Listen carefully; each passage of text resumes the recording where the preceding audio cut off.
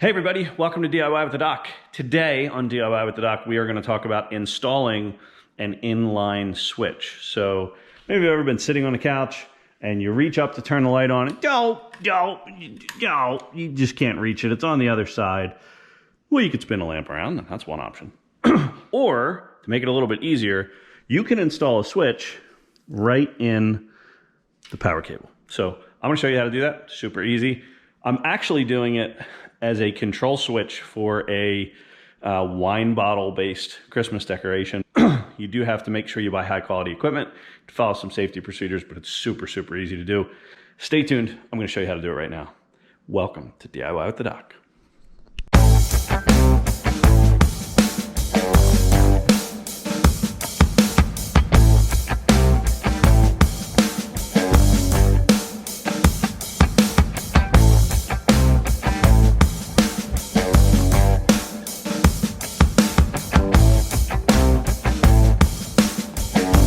To DIY with the Doc. We are going to concentrate today on installing what we call an inline switch. This is an example of such a switch. Let's go ahead and open it up here.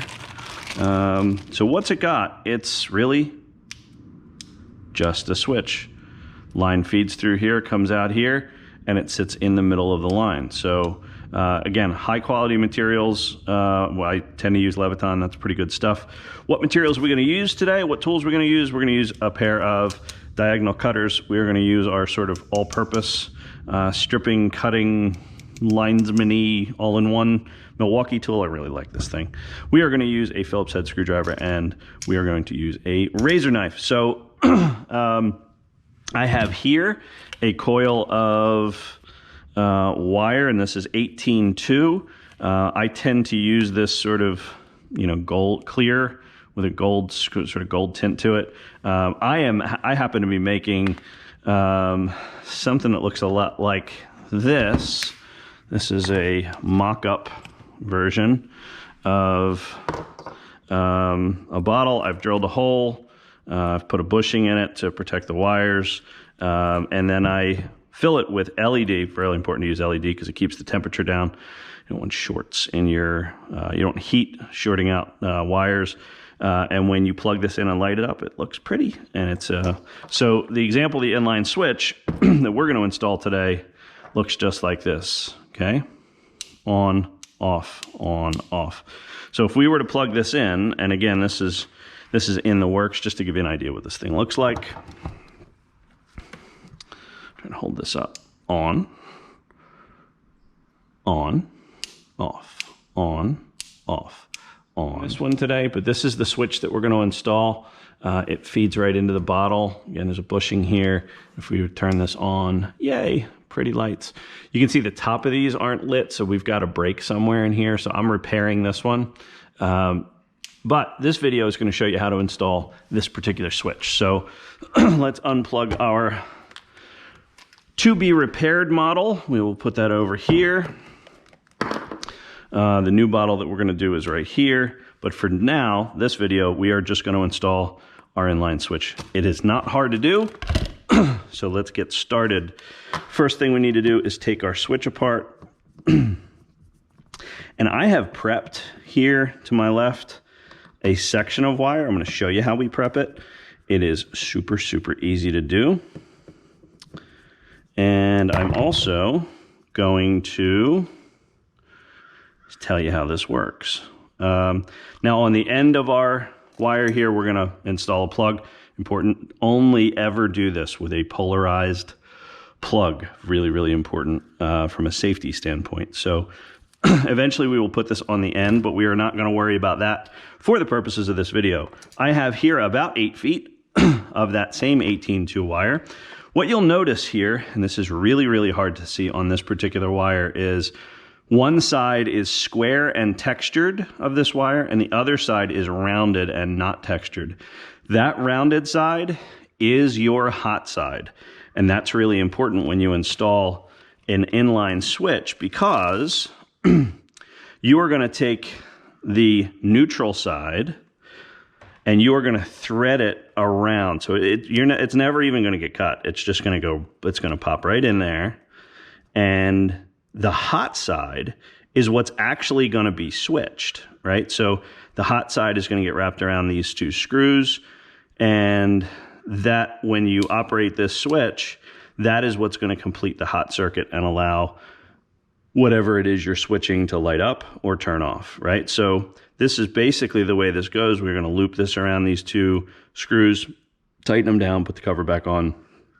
We're going to be in good shape. We need to trim this up a little bit to make sure that we've got what we need. So let's go about doing that. So what I've done is I've gone ahead and sort of split this wire. And in order to do that, you would take your razor knife and very, very carefully, so that you don't cut into the wire, you would cut right down the middle, which is what I've done here. And then you would pull these wires apart and you would separate them. So, but we're going to need to trim these up a little bit so that we have more to work with. So what I'm going to do first is I'm going to strip off just a little bit more. And important to use good high quality strippers. The other thing that's important is you don't want to take conductor wires with you when you strip, right? Because that creates enhanced resistance, and it can also, that can eventually start a fire. So I'm just going to cut these back just a little bit so that we don't have too much copper wire. Okay, so that looks pretty good. So we've got these, we're going to twist them up. And when we wrap them around the screw, we're going to do that in a very specific way. So again, here's our neutral, and you can there's just a textured squarish, squared off side to this. This is all rounded. So this is your hot side, this is your neutral side. So we're going to take our switch and we're going to lay it in. And we're going to lay our neutral. Our neutral is just going to kind of cruise on through, right? Neutral is not bothering anybody. It's just going to lay in and cruise on through. And we are going to loop our twisted lines here.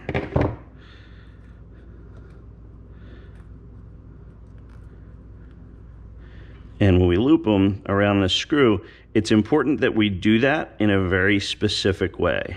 Okay, we want, when we tighten this screw, we want that to kind of lock this wire in. And if we go in this direction, what you'll see is that it will pull the connection down and in, right? And we're just gonna clean this up, make sure that there's no wire that could be sticking out or touching. See how that kind of pulled that in and locked the connection in? We're gonna do the same over here. And again, know that you're gonna be turning the screw this way. So we have to make sure that we loop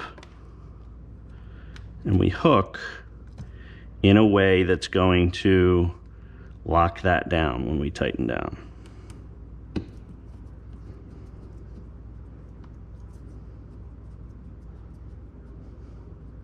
And if you don't do it that way, what can happen is it can go a little wonky on you. So we are going to lay the rest of that in to the switch. Okay, make sure the wires are all tucked in. You're going to put your cover back on. Again, making sure your wires are where they need to be. And then we're just going to screw this back in. And once we've done that,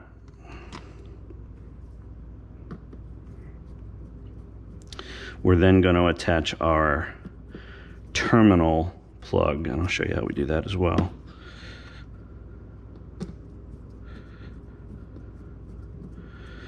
And so what we've done here is we've installed an inline switch,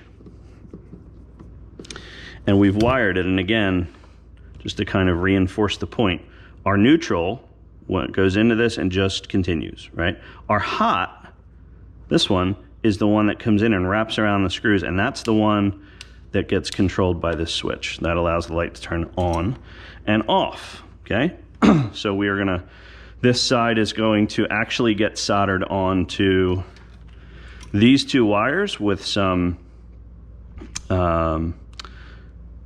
shrink wrap and some dielectric grease, which is right here. And then on the end of this, we are gonna put this plug.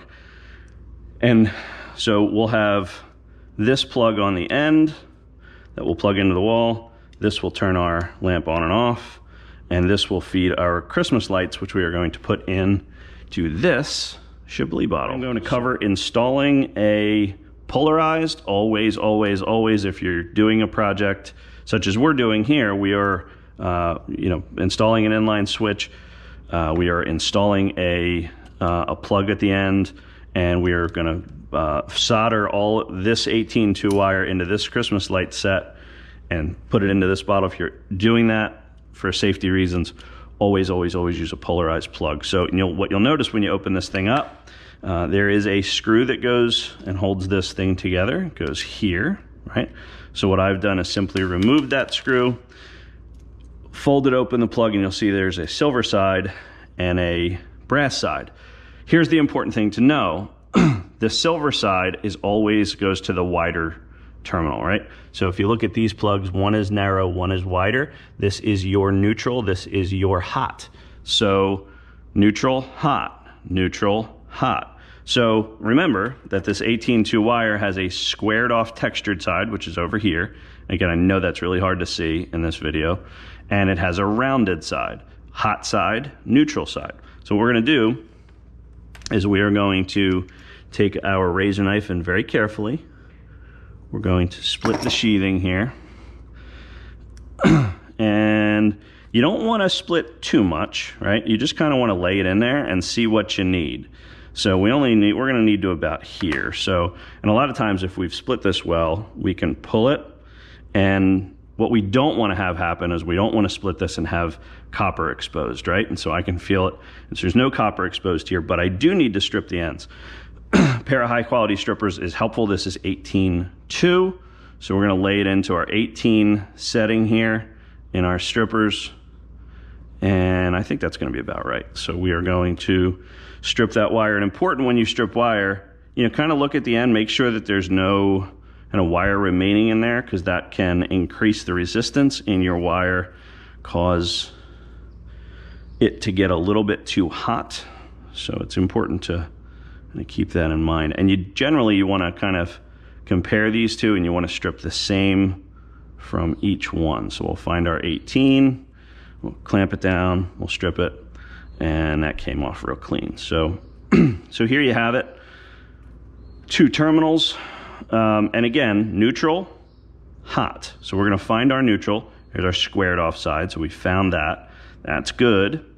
And you always want to, when you wrap these, know that the screw is going to turn this way, right? So we always want to wrap that way so that as we turn it, it brings it in, it locks the connector in. So we're going to take our pliers here and we are going to make our loop. Okay. And we are going to go in with our loop, and then we are going to tighten our screw. It's hard to kind of do this with one hand,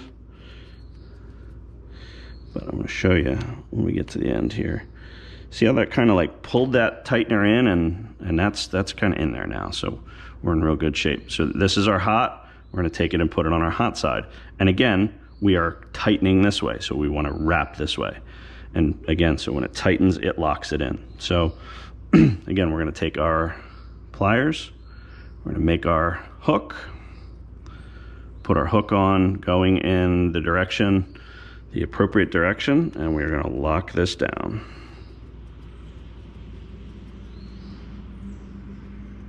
Okay, so that's on there really good, and important to kind of just, take a look here. And there's a channel that in this switch that these wires are supposed to lay in, and it's important that we get that right, because we don't want the wire pinched so that the insulation is compromised. And that looks actually really good. So we're going to close that up. We're going to take our screw and we're going to tighten her up. And you'll see that as we tighten this up, that crack there will just tighten on down. So there you have it, terminal plug, nice and safe. We've stripped it well, used a polarized plug. We have our inline switch. Okay, so we can plug this in, we have our inline switch, and we are now ready to solder this into our Christmas light strand. We will also be removing, and I'll show you that right now, the back end plug. So we removed the front end plug, removed the back end plug. I like to just remember which is which. So I like to keep this here, and I like to know that this is the part where we're gonna solder these two together. We are back to the soldering phase of our project, and we're gonna show you how to solder some wires together in this particular project. What are we gonna need for this? We are going to need our soldering gun. This happens to be a Weller soldering gun. I have the Harbor Freight version as well. I do highly recommend the Wellers for this kind of work. We are going to need our strippers. We are going to need our razor knife. We are not going to need our screwdrivers. That can go back into our tool belt. And we probably will need our diagonal cutters. Actually, we're not going to need our diagonal cutters. We're also going to need some flux, some solder, and a brush to apply our flux. So let's get to some soldering. It's going to be to strip the end of our wires and where we're going to solder. So we're going to take our razor knife here, and again, very carefully, we're going to find the middle, and we're just going to cut down through. Okay, so we're good.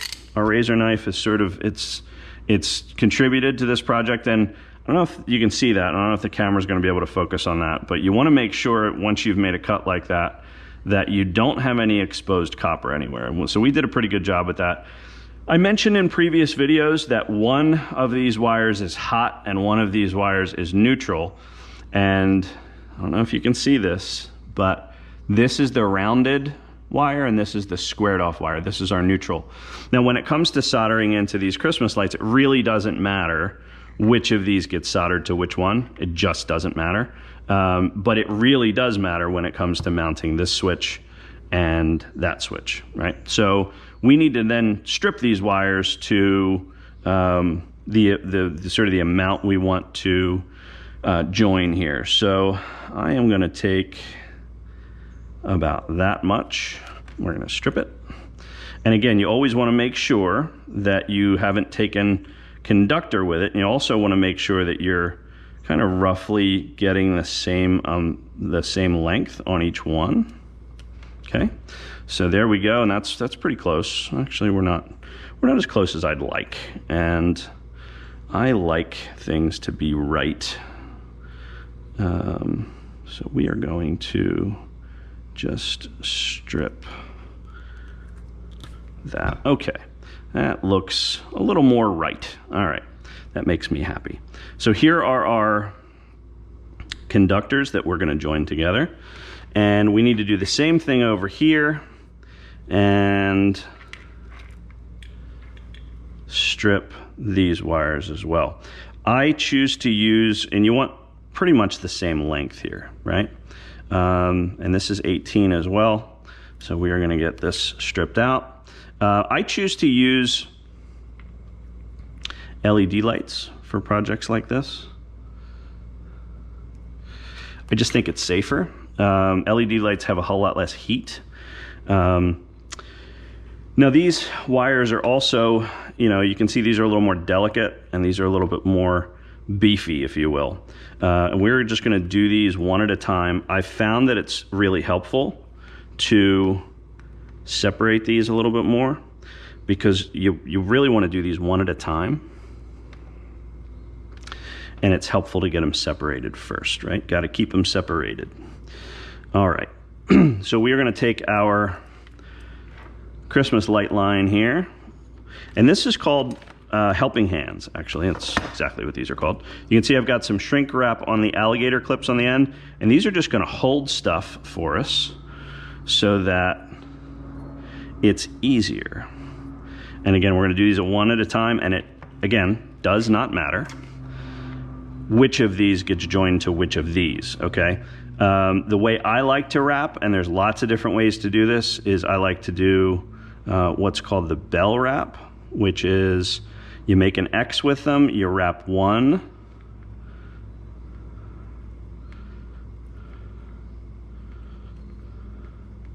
and then you wrap the other. And if you did that right, what you should have is a very, very strong mechanical connection. Important to remember here that your connection's only going to be as strong as your mechanical connection. So if your mechanical connection's really good, your solder joint is going to be better, right? And I am, believe you me, not an expert at soldering, but I don't know if you can see this, but this is why these helping hands are so helpful, right? They hold everything in one spot, and they've even got a little magnifying glass so that we can see our work. You always want to make sure, too, when you've got a solder joint, that you don't have wire sort of sticking out. You want them all wrapped as well as you can, because that can cut the heat shrink that we're going to put on there that we forgot to put on there. Okay, so this is a good thing that this happened. We need to seal this joint with some shrink wrap. Now, we forgot, and we didn't put the shrink wrap on. So let's grab some shrink wrap here, and I am going to choose this really skinny stuff. And you want the shrink wrap to be just about the same size as the wire that you're putting on, and you want it to be just about double the length of, so it seals up. So we're going to use these two pieces. And we are going to need our diagonal cutters, as it turns out. We're just going to cut those off. That's going to be fine. So important, the first step is always to slide our shrink wrap on. And what I'm going to do is just put it on this side because it's a little more wire to work with.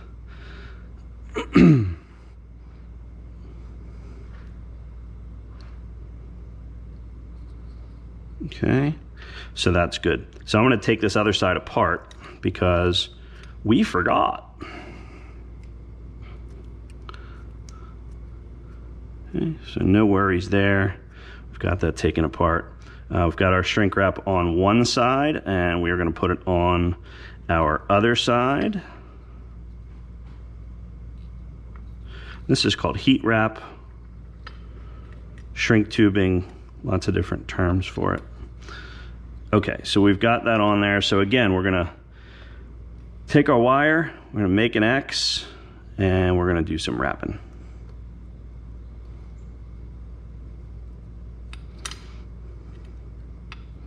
And again, we want this to be turning in both directions, and that actually looks pretty good. It's much better than the last one we had, so that's even better.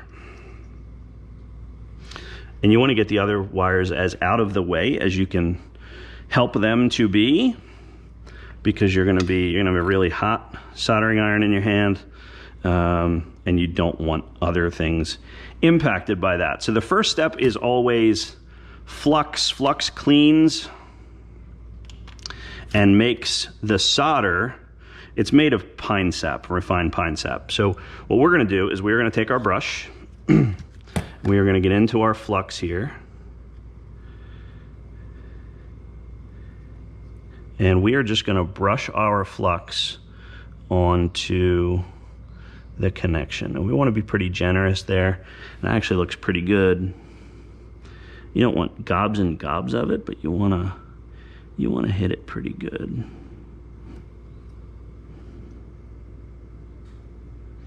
And again, what that's going to do is help our joint to stick together a little bit.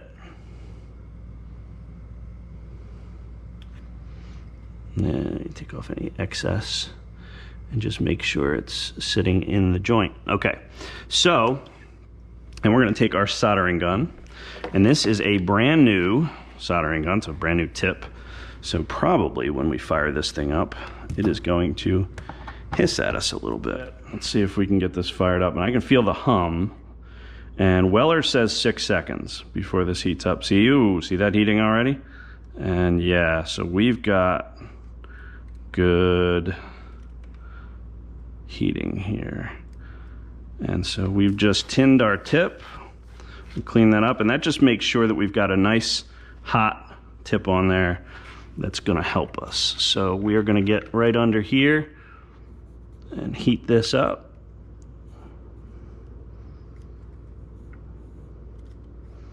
And then run our solder right in there.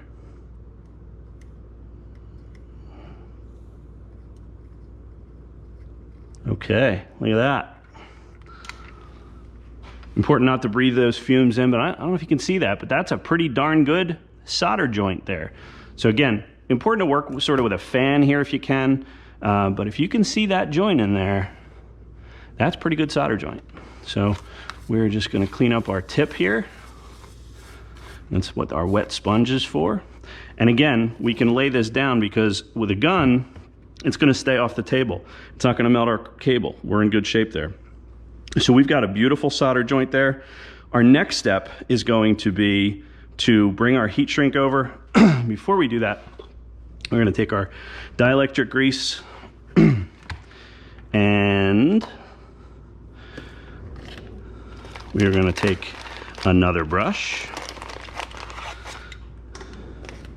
and we are gonna give ourselves a little bit of the dielectric grease. And all this does, by the way, this dielectric grease helps to seal that connection. So you want to make sure that you wait until that cools just a little bit, and then we're going to take our dielectric grease, and you don't want to just monster dab this on there, but you want to make sure that you get some on there, and that looks pretty good.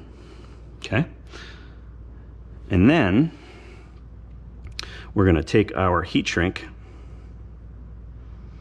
and there's an important reason that I do this one at a time.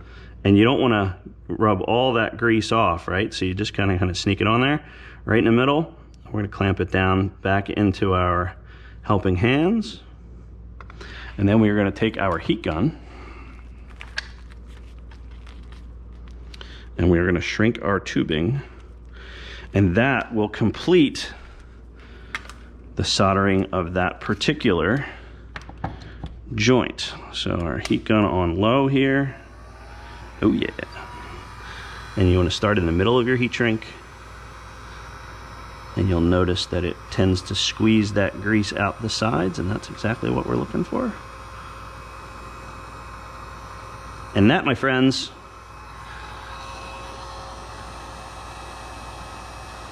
is done.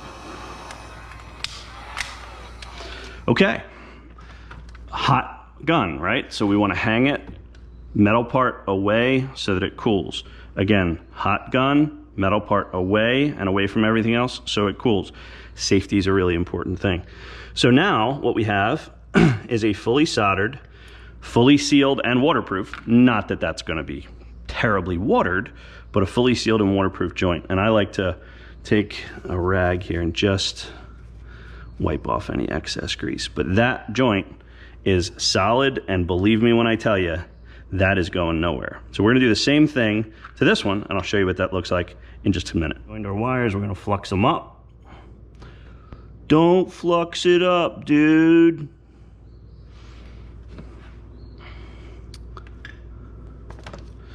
We're gonna grab our solder here, take off a little bit, and you wanna give yourself plenty of room. You don't want your hand getting real close to that heat, right? And this is an industrial Weller 260 by 200 gun, so it's going to get hot very, very quickly. So I just want to move anything that can be kind of problematic for us out of the way. And we are going to do this exactly the same way as we did our last joint. This time I'm going to do it from up here, see if you can see it from a different angle. So we're going to heat up our gun.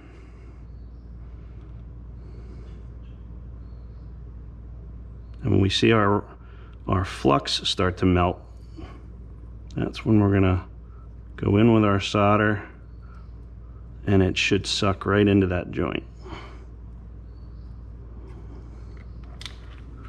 Okay, wipe off our tip. avoiding those fumes. And again, hot tip, right? So you want to put it down, you want to be careful. There's nothing around it that can get damaged, we're good. So if you look down at that joint, that looks pretty good to me. You should just be able to see the outlines of some wire, that's great. It's shiny, which is great, so look at it. That looks pretty good. We got kind of a little sharp point over here. We're gonna wait until it cools. We're gonna make sure that we bend that in before we put the heat shrink on there. But overall, that doesn't look bad. I think we've got a pretty solid joint there.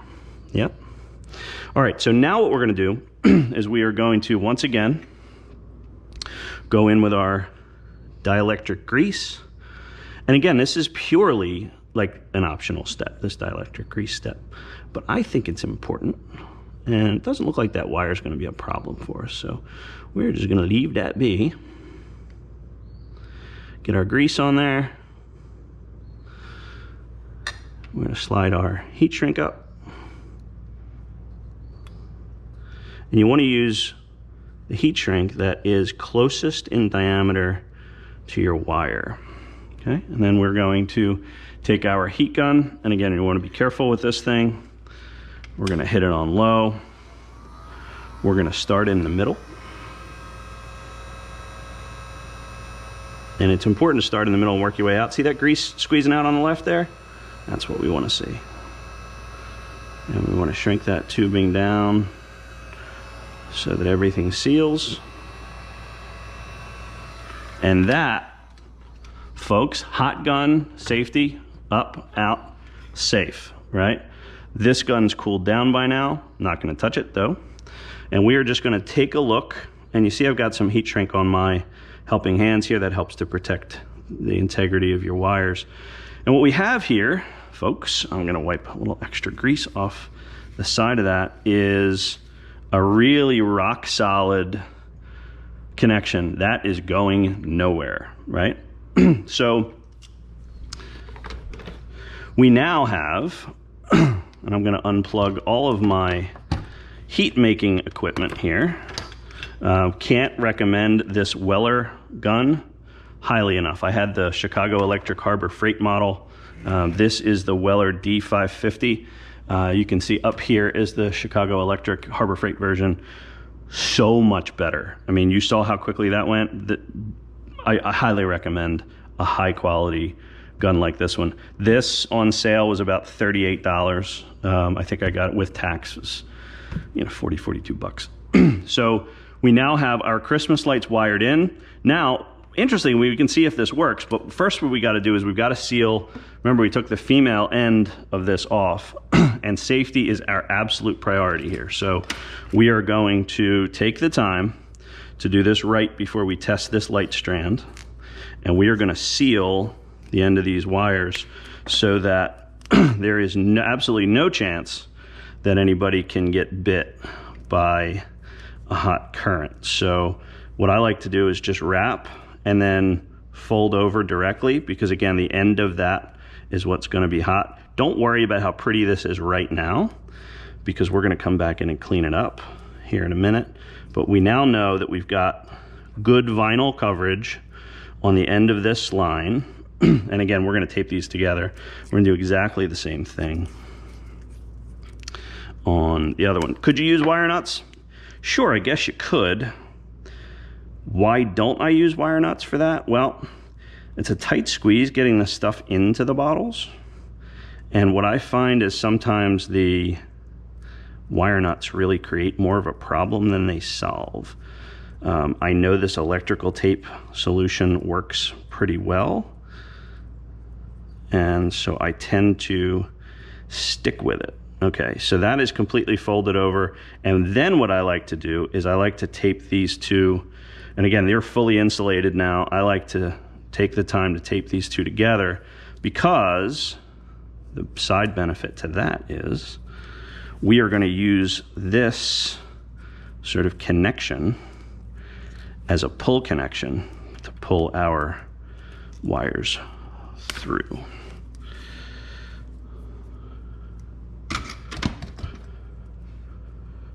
Okay, so when we pull our wires through the hole,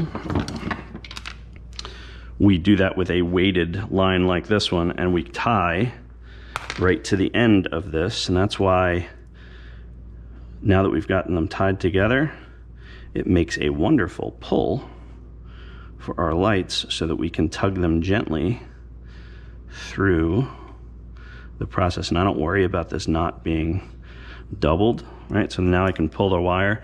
But first I want to test this whole thing to make sure that our connections are good, everything's good. So what we've done essentially is we've soldered our Christmas light line into our power line. So I'm gonna plug our power line in. Woohoo, look at that. They all lit up. Let's make sure our switch works. Oh, look at that. Grommet that's gonna seal our hole here, and we've threaded that all the way down through our Christmas lights, and we've got that down here waiting for us. So really the next step now is this is just a wing nut that I use just for weight, and to pull it through the bottle. So we drop our weighted line in, bring it out the top, and then we just begin to feed our lights right into our bottle. And the nice thing about our weighted line is that we can use that now to sort of pull our lights right on into our bottle. And you want to be careful with this. Again, you have glass here, so you want to be ginger in putting these in. You do not want your insulation to be damaged as you do this. So you just want to be ginger and feed it in. And what I like to do is bring this part out of the top, and I like to bring a little bit of it out because you want lights up in here, right? So you want to make sure that you don't want so many lights up in here that when you stuff all these in there, you have trouble sticking them back in. So I like to do, maybe, and again, you want to be ginger here. That's fine. That's fine. So there's 1, 2, 3, 4 lights out. And so really the process from this point forward is to feed the rest of these lights on into this bottle. Lights kind of stuffed in. Now we want to bring our grommet up, and this is just a matter of kind of working it into place here. And again, it's here to protect our conductor. And it's kind of tricky. You want to be somewhat gentle with this, but you want to, once it agrees, it's just gonna kind of slide in like that. Ooh, it hasn't quite agreed yet. There we go. So it's gonna grab the sides and on the inside. And what I'm gonna do after this is over is I am going to squirt a big old thing of caulk in there, clear caulk, and seal that so that there's no chance of that popping out. First I want to test it, make sure. So let's get this plugged in, light her up. Ooh, pretty. And now it's just a matter of kind of righting her back up and getting the rest of these slid back in here. So I will do that, and I'll show you what it looks like after. We're just about there, and I'm using this construction pencil just to kind of gently work this stuff back in. You don't want to be too rough, again, with your conductors. And I just want to get that below the cork line, and that's it, because I want some lights up here in the neck. Here is our cork, and let us fire this bad boy up and see how we did. All right. In a wine bottle, we have our grommet in here that's seated nicely. We will fill this with some clear caulk, and we are good to go with our homemade decoration.